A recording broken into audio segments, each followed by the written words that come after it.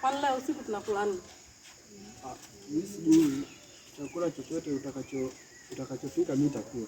Niambie chakula ambacho unakipenda wewe ndo nitakipika hicho hicho. Mimi leo natamani sana nipikie majani ya maboga.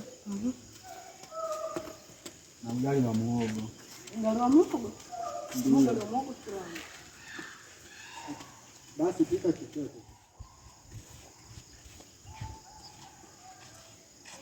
Hapa tumefika. Hapa tunaenda mtaani. Mume wangu. Na? Mimi naenda kujisaidia mara moja na uja sana.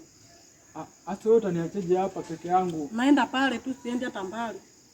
Asi ujisaidia hata hapo tu nikiwa nakuuliza hivi. Hapo. Usiende mbali. Sawa, siendi mbali mume wangu na uja sana. Magari atanipitia hapa. Hata kupitia na kuahidi. Mambo. Poa vipi? Poa. Kwema. Kwema. Vipi hali? Sawa. Wewe vipi? Huyo taoni mume wangu. Naoni kweli? Haoni kabisa huyo. Nimetoka naye huko kote anatembea hivyo kama mimi. Asije kana kuona hapa. Hapana haoni. Nikumisi. Mke wangu, mbona sikugusi? Uko wapi?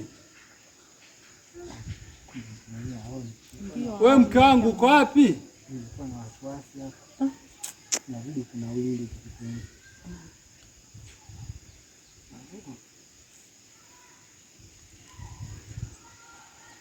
Wewe mwanamke!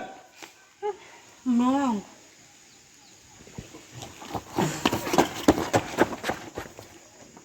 Kumbe unaona.